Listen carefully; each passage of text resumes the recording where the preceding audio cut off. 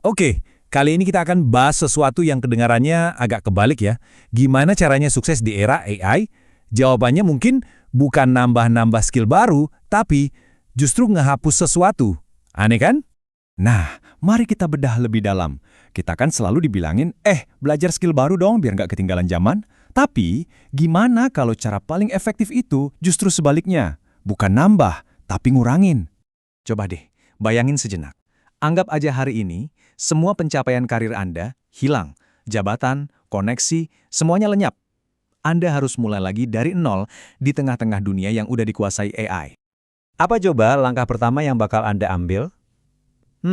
Kebanyakan dari kita pasti langsung mikir, oke, gua harus ikut kursus coding atau belajar prompt engineering nih. Tapi ternyata itu bukan jawaban yang tepat. Hal pertama yang harus dilakukan adalah menghapus. Yap, Anda nggak salah dengar. Menghapus.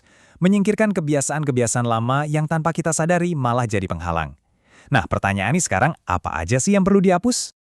Oke, yang pertama harus kita buang jauh-jauh adalah mitos yang selama ini kita banggain, multitasking. Kita kira itu skill super, padahal itu cuma jebakan. Yang kita masuk di sini itu multitasking palsu, tahu kan? Pindah dari satu kerjaan ke kerjaan lain dengan super cepat. Balas email sambil meeting, sambil ngerjain laporan. Rasanya sibuk banget, produktif banget. Padahal nggak ada satupun yang benar-benar kelar dengan maksimal. Itu bukan produktivitas, itu cuma kelihatan sibuk aja. Nah, ini dia intinya. Dulu, mungkin orang yang kelihatan sibuk itu dianggap, wah, pekerja keras banget. Tapi di era AI sekarang, multitasking itu justru tanda kalau Anda bingung. Tanda kalau Anda belum punya arah yang jelas. Akibatnya, fatal. Karena energi dan perhatian kita pecah kemana-mana, kita jadinya cuma tahu kulitnya aja dari banyak hal. Nggak ada satupun yang benar-benar kita kuasai sampai ke akarnya. Ingat ini baik-baik. AI itu kayak superpower. Buat orang yang fokus, AI jadi pendorong roket. Serius, satu orang yang fokus pakai AI bisa dengan gampang ngalahin 10 orang yang cuma sibuk, tapi nggak jelas tujuannya. Oke, lanjut ke kebiasaan kedua yang harus dihapus. Ini jebakan yang sering banget kita temui di dunia tech. Hobi gonta-ganti tools atau aplikasi baru, tapi nggak pernah ada yang dikuasai. Kayaknya kita semua pernah ngalamin ini. Hari ini semangat banget cobain alat A. Besok denger ada alat B yang katanya lebih canggih, pindah lagi. Minggu depannya ada lagi alat C yang lagi viral. Terus aja gitu, muter-muter. Hasilnya, nggak ada satupun yang bener-bener kita jago pakainya. Ini nih yang bahaya. Rasanya tuh kayak kita lagi maju, lagi belajar hal baru. Padahal itu cuma ilusi. Kita cuma bergerak, tapi nggak pernah maju ke depan. Cuma gerak di tempat. Dan ini pesan pentingnya. Karir itu nggak dibangun dari seberapa banyak aplikasi yang Anda kuasai. Bukan. Karir Anda dibangun dari seberapa jago Anda menyelesaikan masalah. Tools itu cuma alat bantu, bukan tujuan utamanya. Sekarang yang ketiga, dan ini mungkin yang paling susah disadari.